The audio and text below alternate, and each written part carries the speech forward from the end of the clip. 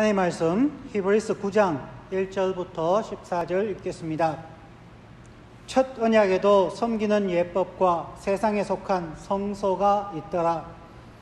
예비한 첫 장막이 있고 그 안에 등잔대와 상과 진설병이 있으니 이는 성소라 일컫고, 또 둘째 휘장 뒤에 있는 장막을 지성소라 일컫나니 금향로와 사면을 금으로 싼 언약궤가 있고 그 안에 만나를 담은 금 항아리와 아론의 쌍난 지팡이와 언약의 돌판들이 있고 그 위에 속죄 소를 덮는 영광의 그룹들이 있으니 이것들에 관하여는 이제 낱낱이 말할 수 없노라. 이 모든 것을 이같이 예비하였으니 제사장들이 항상 첫 장막에 들어가 섬기는 예식을 행하고 오직 둘째 장막은 대제사장이 홀로 1년에 한 번 들어가되 자기와 백성의 허물을 위하여 드리는 피 없이는 아니하나니, 성령이 이로써 보이신 것은 첫 장막이 서 있을 동안에는 성소에 들어가는 길이 아직 나타나지 아니한 것이라. 이 장막은 현재까지의 비유니 이에 따라 드리는 예물과 제사는 섬기는 자를 그 양심상 온전하게 할 수 없나니, 이런 것은 먹고 마시는 것과 여러 가지 씻는 것과 함께 육체의 예법일 뿐이며 계획할 때까지 맡겨둔 것이라. 그리스도께서는 장래 좋은 일의 대제사장으로 오사 손으로 짓지 아니한 것, 곧 이 창조에 속하지 아니한 더 크고 온전한 장막으로 말미암아 염소와 송아지의 피로 하지 아니하고 오직 자기의 피로 영원한 속죄를 이루사 단번에 성소에 들어가셨느니라. 염소와 황소의 피와 및 암송아지의 죄를 부정한 자에게 뿌려 그 육체를 정결하게 하여 거룩하게 하거든 하물며 영원하신 성령으로 말미암아 험없는 자기를 하나님께 드린 그리스도의 피가 어찌 너희 양심을 죽은 행실에서 깨끗하게 하고 살아계신 하나님을 섬기게 하지 못하겠느냐. 아멘. 오늘은 2020년 8월 2일 휴일입니다. 히브리서 16번째 시간입니다. 오늘은 아마 여러분들이 많이 시청하고 있을 수도 있습니다. 어느 방송사에서 하는 금쪽 같은 내 새끼라는 프로그램을 일부 소개하면서 설교를 시작하겠습니다. 금쪽 같은 내 새끼는 신애주, 정형돈, 장영란, 홍현희, 그리고 대화 전문가인 박재현, 또한 정신건강의학과 의사이며 교수이신 오은영 씨 등 베테랑 육아 전문가들이 모여 부모님들에게 요즘 육아 트렌드가 반영되는 맞춤형 육아 솔루션 버라이어티 예능 프로그램입니다. 젊은이들이나 자녀를 키우는 부모님들 혹은 이미 장성한 자녀를 둔 부모님들도 이 프로그램을 한 번씩 보시면서 자신의 삶을 돌아보며 자녀들과의 관계, 이해를 돕기 위하여 보시는 것도 추천합니다. 유튜브에 금쪽 같은 내 새끼를 치면 지금까지의 방송분을 모두 볼 수 있습니다. 오늘은 한 가지만 소개하겠습니다. 자녀들이 어릴 때 부모님들이 의도적으로 자녀들과 교감을 많이 나누지 못한 경우에는 자녀들이 어릴 때뿐만 아니라 나중에 커서 어른이 되었어도 자기 표현이 없는 사람이 될 가능성이 높다는 부분입니다. 교감이라는 단어는 서로의 감정을 교환한다는 뜻입니다. 더 나아가서 서로의 감정을 존중하고 사랑한다, 이해한다, 고맙다, 힘들다 등 다양한 감정들을 서로에게 표현하고 서로에게 도움을 주려고 노력하며 서로를 동의하는 것을 말합니다. 영어에서는 consensus라는 단어를 사용합니다. 이 consensus는 두 단어가 합해진 단어이죠. 접두사인 con, 즉 together, 함께라는 단어와 sensus, 감정이라는 단어가 합쳐져 있습니다. 즉 함께 느낀다 하는 의미이죠. 감정을 함께 나누고 이해하려 노력하고 동의하는 행위를 말합니다. 혹시 지금 우리가 자기 자신이나 여러분의 자녀들 중에 자기 표현이 부족한 사람이 있습니까? 그러면 어린 시절에 부모와 자녀 사이에 교감하기 위하여 얼마나 노력하셨는가를 되돌아보셔야만 합니다. 부모와 자녀들이 함께 자녀들이 어린 시절부터 자주 대화하고 서로의 감정도 허심탄회하게 나눌 수 있도록 시간을 의도적으로 보내지 않았다면 자녀들은 부모님이 자기의 얘기를 듣지 않는다고 생각을 하고 자기의 감정을 표현하기를 두려워합니다. 그것이 습관이 되어서 어른이 되어서도 자기 표현을 잘 하지 못하는 경우가 많다는 것입니다. 어떤 사람들은 자기는 대화를 많이 한다고 얘기하지만 한번 돌이켜 보십시오. 혹 일방적으로 대화하고 있는 것은 아닙니까? 부모님들이 자녀들에게 일방적으로 가르치려고 하고 강압적인 지시를 하는 경우가 참 많이 있습니다. 그런 소통은 아무리 많이 해도 교감이 이루어지지 않습니다.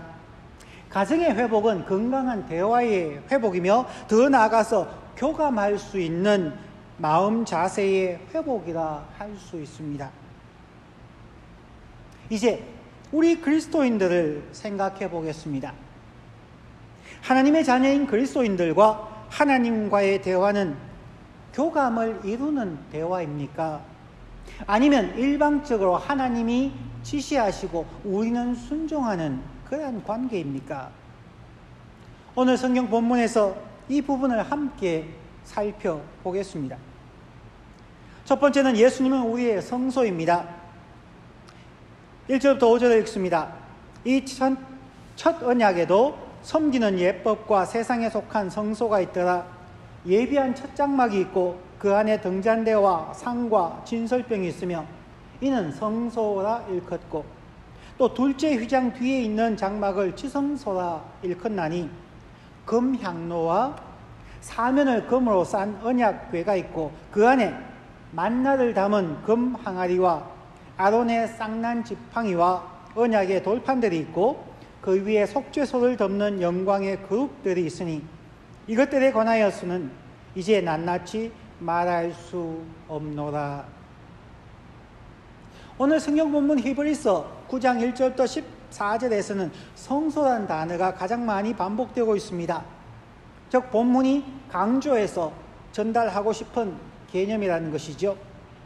한글에 성소라고 번역되어져 있는 것이 영어로는 sanctuary 혹은 the holy place, 더 나아가서는 the most holy place로 표현되고 있습니다. 성소는 기본적으로 하나님과 하나님의 백성이 만나는 장소입니다. 성소는 성전에서 세 가지로 나누어지는 지성소와 성소와 성전뜰로 나눌 수 있습니다. 그러나 오늘 본문에서 얘기하는 이 성소는 성전 전체를 의미한다 하겠습니다. 오늘 본문 9장 11절에서 말씀하시기를 그리스도께서는 장래 좋은 일의 대제사장으로 오사 손으로 짓지 아니한 것 곧 이 창조에 속하지 아니한 더 크고 온전한 장막으로 말미암아라고 말합니다. 즉 인간이 만든 성소가 있고 하나님이 만든 성소가 있다는 것입니다.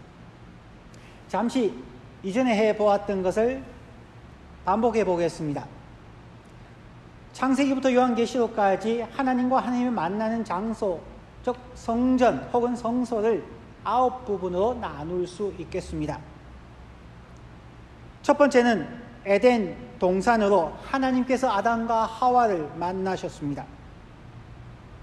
두 번째는 노아의 방주, 모든 사람이 홍수로 멸망할 때에 남아있는 모든 사람들, 하나님은 노아의 가족들과 방주에서 생활하셨습니다. 세 번째는 이스라엘 백성들이 애굽에서 종살이 하였을 때에 하나님께서 모세를 통하여 그들을 구원하십니다. 그때에 모세의 갈대 상자, 다 하나님을 떠나 있는 그 시기에 구원자로서의 모세, 그의 생명과 하나님의 보호하심이 함께 있었던 갈대 상자를 성소라 하겠습니다. 네 번째는 출애굽 시기에 장막 혹은 성막 태버네클입니다. 다섯 번째는 솔로몬의 성전이라고 하는 예루살렘 성전입니다. 여섯 번째는 예수 그리스도, 진정으로 하나님과 하나님의 백성이 만나는 장소인 예수 그리스도가 성전이 되십니다. 일곱 번째는 초대교회 성도들의 모임, 여덟 번째는 그리스도인의 몸입니다. 바울 사도는 얘기하지 않습니까? 너희의 몸은 성령이 거하는 성전이다 라고 말씀합니다. 마지막 아홉 번째는 요한계시록에 나오는 새하늘과 새 땅입니다. 요한계시록 21장 22절에 보면은 새하늘과 새 땅에는 성전이 없더라고 말합니다. 건축된 건물로서의 성소는 더 이상 존재하지 아니하고 하나님이 하나님의 백성과 함께하는 천국의 모습을 성전이라 말합니다. 예수 그리스도는 십자가에서 우리의 모든 죄를 담당하시고 죽으심으로 단순히 우리의 죄를 용서하고 천국 가게 하심만이 아닙니다. 예수 그리스도는 영원토록 하나님과 하나님의 백성들이 만나는 성소가 되십니다. 구원의 중요성은 지속적인 만남, 가족으로서의 관계의 회복이 중요한 것입니다. 여기에서 잠시 지성소와 성소의 차이점과 또한 같은 점에 대하여서 잠시 이해하고 가는 것이 좋겠습니다. 하나님과의 만남은 사실 지성소에서 이루어집니다. 그런데 복음성가에서도 보면은 찬양의 제사 드리며 성소로 들어갑니다 라고 합니다. 왜 지성소로 들어간다고 얘기하지 아니하고 성소로 들어간다고 할까요?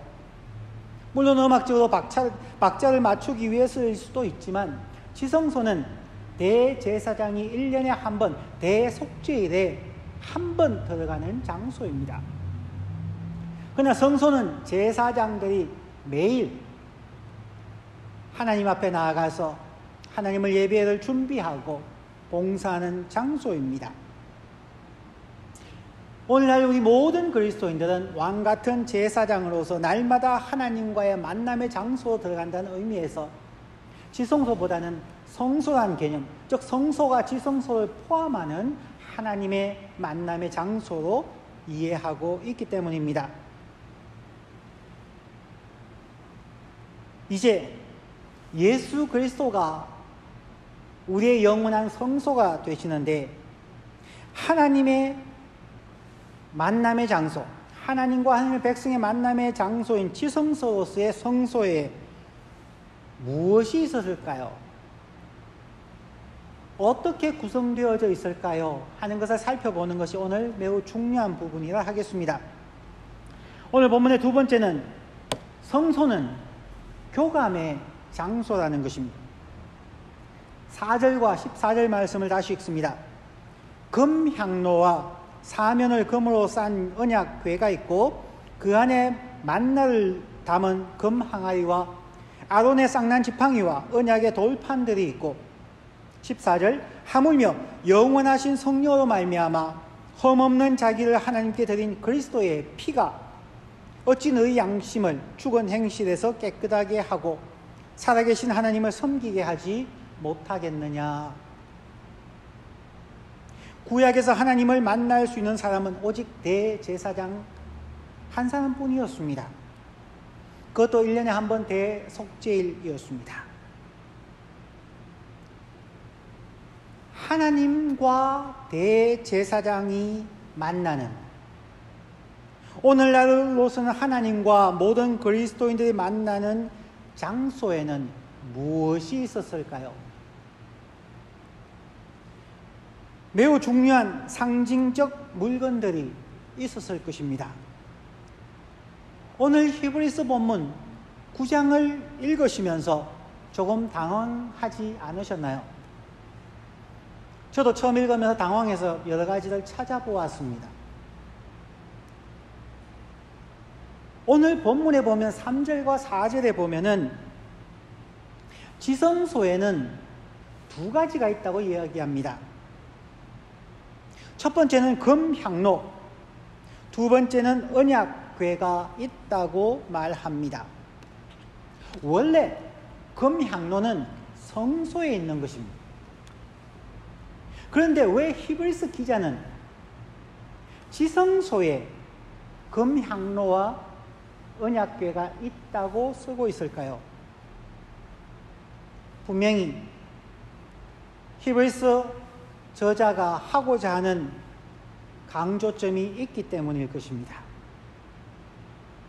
지성소는 단순히 하나님의 임재가 있는 곳을 넘어서서 하나님과 하나님의 백성들이 만나는 장소이며 더 나아가서 대화하며 교감을 나누는 장소임을 강조하기 위함입니다.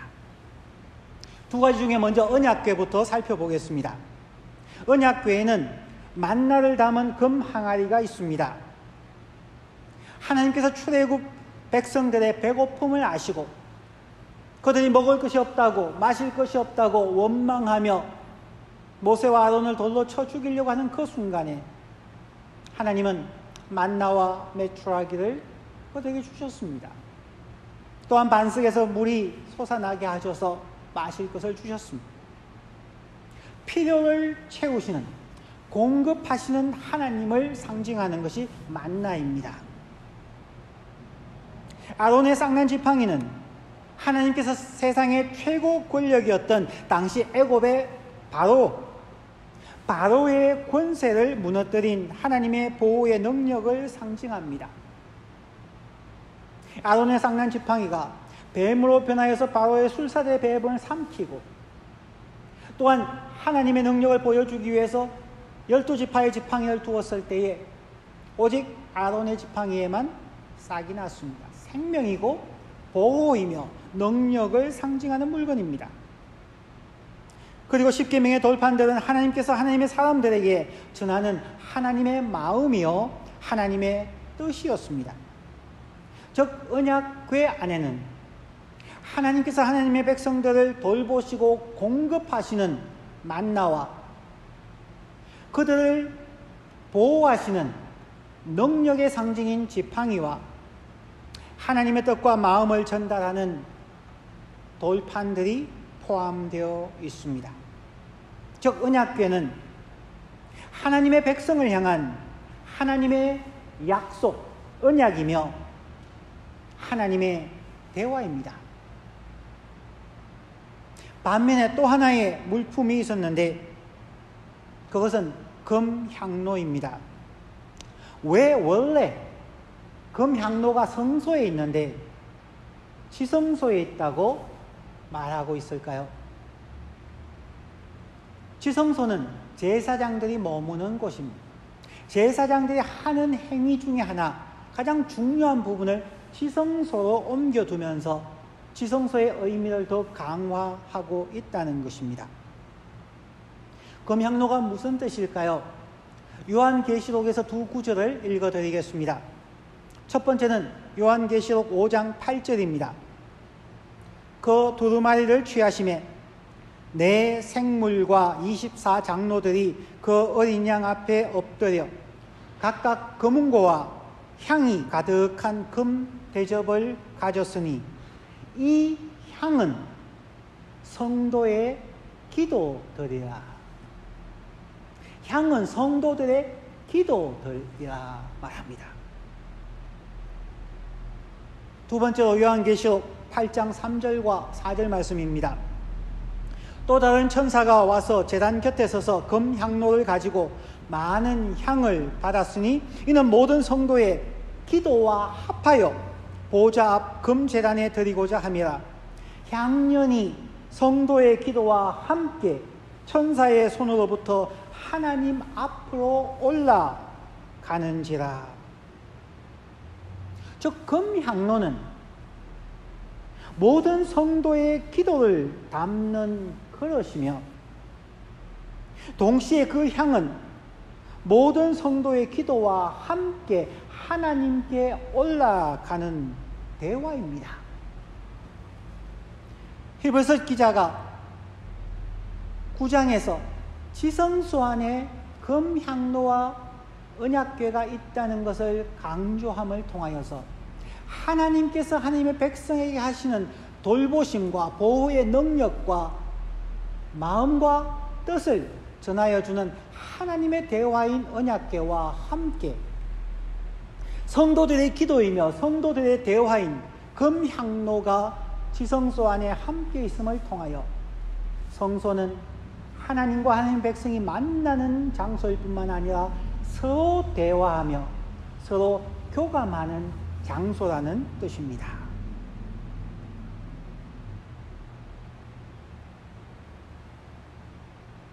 우리 그리스도인들은 예배를 보는, 구경하는 사람이 되어서는 아니 됩니다. 우리는 단순히 하나님의 말씀을 읽고 묵상하고 순종하려고만 하는 것은 아닙니다. 우리 그리스도인들은 하나님과 교감하여야 합니다. 일방적인 하나님의 말씀을 듣는 사람들은 마치 금쪽 같은 내 새끼에서 소개해드린 것처럼 일방적인 지시를 받는 사람들은 자기 표현이 없는 사람이 될 가능성이 많습니다.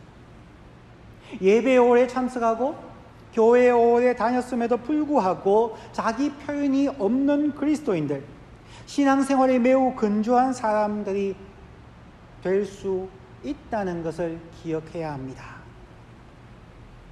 오늘 본문을 통해서 우리의 신앙생활은, 성소로 들어가는 것은 하나님과 자주 대화하고 교감함으로 우리의 삶이 하나님의 공급하심과 보호하심과 말씀으로 인하여서 우리의 정서가 하나님의 정서와 나눔을 갖고 우리의 마음이 따뜻해지며 우리의 삶이 넉넉해지고 위로를 받으시며 또한 하나님께 간구하시고 하나님과 생각과 뜻과 감정을 나누는 삶이 되어야 할 것입니다. 진정한 성소 되신 예수 그리스도를 믿고 예수 안에 거하시는 성도 여러분들, 다음 한 주간 동안 우리가 앞으로의 모든 날 동안 예수 그리스도 안에서 하나님과 교감하며 성숙하며 자기 표현에 능통한 우리 모든 성도님들 되시기를 간절히 축원드립니다. 기도합니다. 말씀 생각하시면서 우리 함께 1, 2분 합심하여 결심하는 기도를 함께 하겠습니다.